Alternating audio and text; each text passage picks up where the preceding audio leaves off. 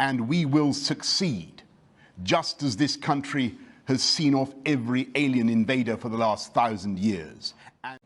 And so we can't now define the mission of this country as merely to restore normality. That isn't good enough.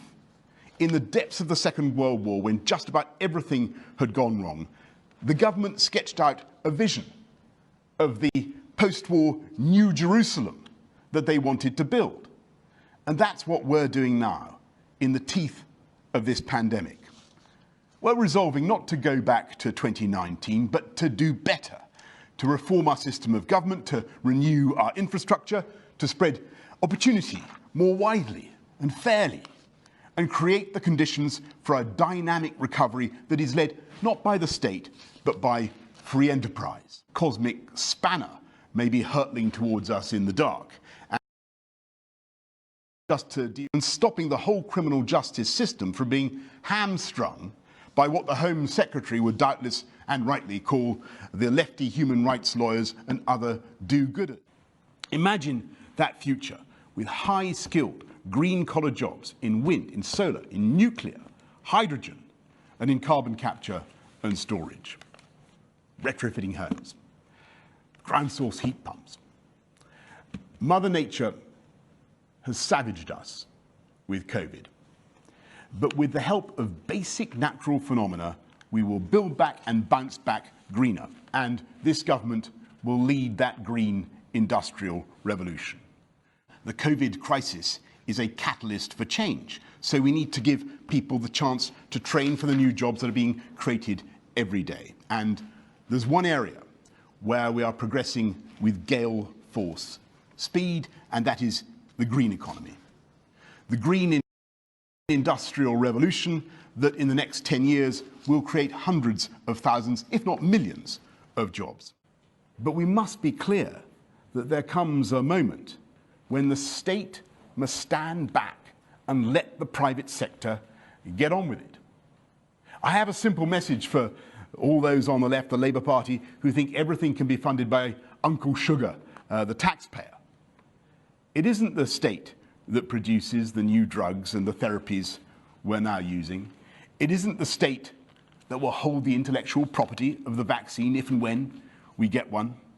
It wasn't the state that made the gloves and the masks and the ventilators that we needed at such speed. It was the private sector, with its rational interest in innovation and competition and market share and, yes, sales. We must not draw the wrong economic conclusion from this crisis. Rishi Sunak, the Chancellor, has come up with some brilliant expedients to help business, to protect jobs and livelihoods. But let's face it, he has done things that no Conservative Chancellor would have wanted to do except in times of war or disaster. We need to unleash the urge not just to build, but to own. We need to fix our broken housing market. When COVID struck, there were millions of people, often young people, who found themselves locked down in rented accommodation, without private space, without a garden, forced to use ironing boards for desks and bedrooms for offices. And I know that there are many people who are, of course, very happy with renting, the flexibility that it offers. But for most people, it is still true that the overwhelming instinct is to buy. And many of them simply can't, not because they can't afford the mortgage, but because they can't afford the deposit. And the disgraceful truth is that levels of owner occupation for the under 40s have plummeted in this country, and millions of people are forced to pay through the nose to rent a home they can't truly love or make their own, because they can't add a knob or a knocker to the front door, and in some cases they can't even hang a picture, let alone pass it on to their children. We need now to take forward one of the key proposals of our manifesto of 2019, giving young first-time buyers the chance to take out a long-term fixed-rate mortgage of up to 95% of the value of the home, vastly reducing the size of the deposit, and giving the chance of home ownership and all the joy and the pride that goes with it to millions who currently feel excluded. We believe that this policy could create 2 million more owner-occupiers, the biggest expansion of home ownership since the 1980s. We will help turn generation rent into generation buy.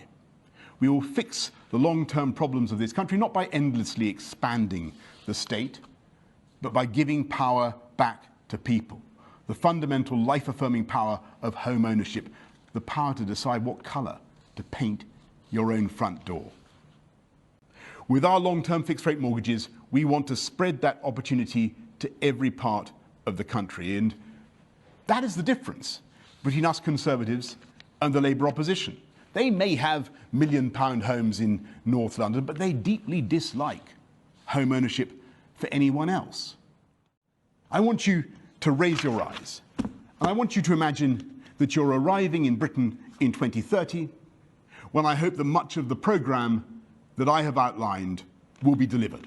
And you arrive in your zero-carbon jet made in the UK, and you flash your Brexit blue passport or your digital ID, you get an EV electric vehicle taxi, and as you travel around, you see a country that has been and is being transformed for the better, where young people in their 20s and 30s have the joy of home ownership, and where they can bring up children in the neighbourhoods where they grew up themselves, in the confidence that the schools are excellent and that crime is down, and instead of being dragged on big commutes to the city, they can start a business in their hometown, a place that has not only superb transport connections and green buses, but gigabit broadband, and where the workforce is abundantly equipped, not just with university degrees, but with the technical skills that the new economy demands. And among other landmarks, you will see 48 new hospitals and a population that is healthier and happier and quite a bit thinner from a better diet and